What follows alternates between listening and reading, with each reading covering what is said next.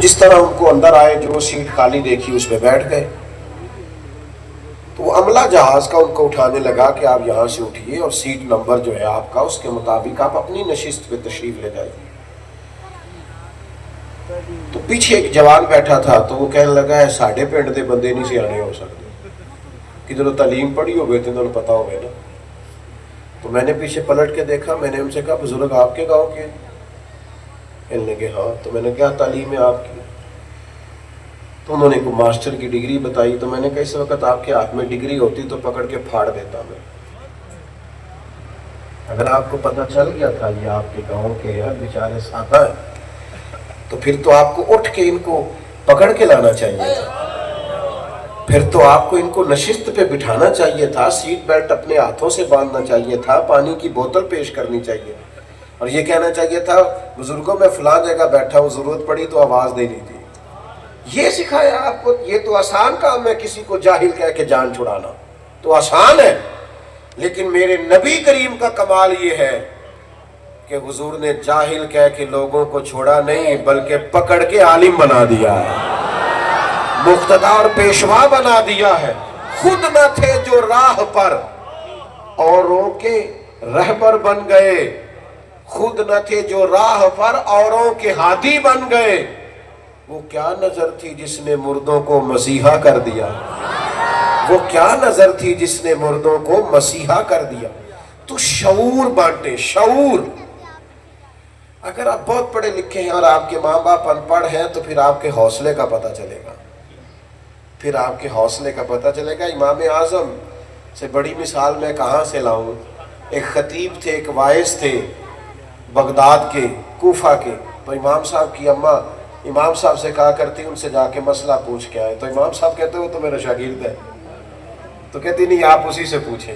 کئی لوگ معروف ہو جاتے ہیں نا، انہی سے پوچھیں. تو امام صاحب اپنی یہ ہے علم. یہ قرآن نے کہا اف نہیں کرنا تو نہیں کی، ضد نہیں کی. گئے جا کے اس شخص سے کہا جناب مسئلہ بتائیے. تو وہ کہنے لگے استاد جی میں نے مسئلے بتانے،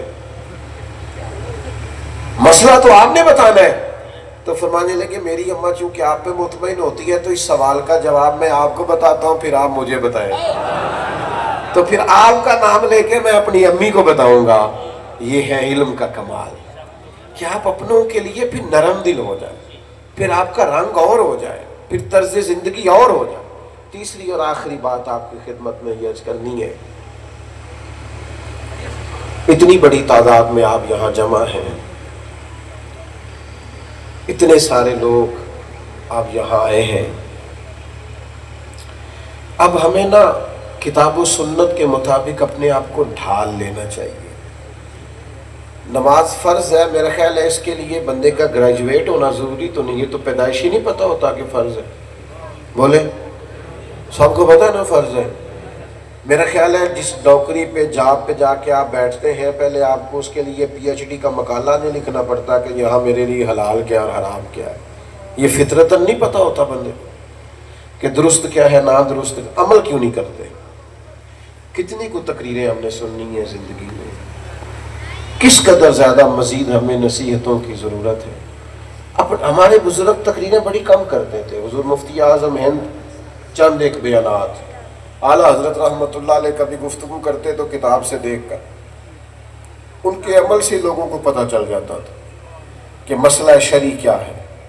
ان کے کردار و عمل سے پیران مشرق کے خاموش، کوئی حضرت باعزید بستامی فرمایا کرتے جس نے ہماری خاموشی سے کچھ نہیں سیکھا اس نے پھر ہماری گفتگو سے کیا سیکھنا. مسلمان دوستو اب اشاروں کی باتیں سمجھو. جو فلسطین کے ساتھ ہو رہا ہے کسی سے پوشیدہ نہیں ہے. جو کشمیریوں کے ساتھ سالوں سے ہو رہا ہے کسی سے ڈھکا چھپا. نسلیں بدل گئیں پر ظلم نہیں بدلا.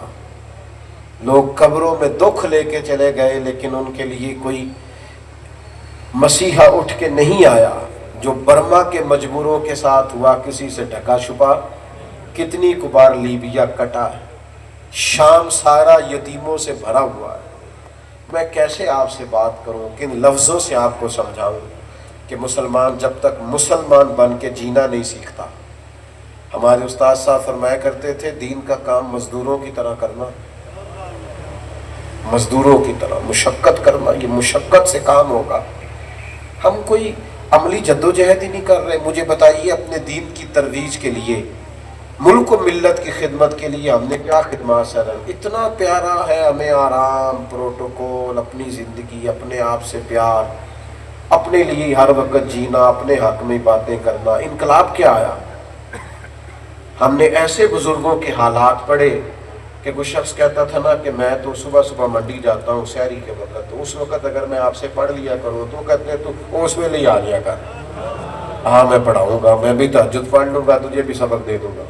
بھائی آپ سب اور میں مل کے کوشش کریں، شعور کو بیدار کریں، کتاب و سنت سے جڑیں، اپنے آپ کو اداروں سے وابستہ کریں، مدارس میں چل کے جایا کریں، ہفتے کا ایک کا دن کسی ادارے میں گزارا کریں۔ آپ یہاں کوئی فرشتے نہیں بستے، کمزوریاں سستیاں ہر جگہ ہی ہوتی ہیں سب اداروں میں۔ آپ کے آنے سے توانائی بڑھے گی، آپ آئیں گے، اچھے مشوروں کا تبادلہ ہوگا، آپ آئیں، لیکن علم کو سپورٹ کریں، شعور کو سپورٹ کریں، کتاب و سنت کے فروغ میں اپنا اپنا کردار ادا کریں۔ نوجوانوں سے کہوں گا بیہودہ چیزیں اور بیہودہ معاملات کو شیئر کرنے کی بجائے آپ کوشش کریں کہ صحیح مستند احادیث مبارکہ، کتاب و سنت کی خوبصورت چیزیں آپ آگے لے کر کے جائیں، کچھ تھوڑا سا ماحول بنائیں اور اپنے عمل اور کردار میں حسن اخلاق کو اور ہمدردی کو اور خیر خواہی کو لے کے آئیں۔ اب ہم نے بڑا کچھ سن لیا ہے، بڑا کچھ سیکھ لیا ہے، اب دو چار قدم اٹھائیں اور عمل کا رستہ اختیار کریں۔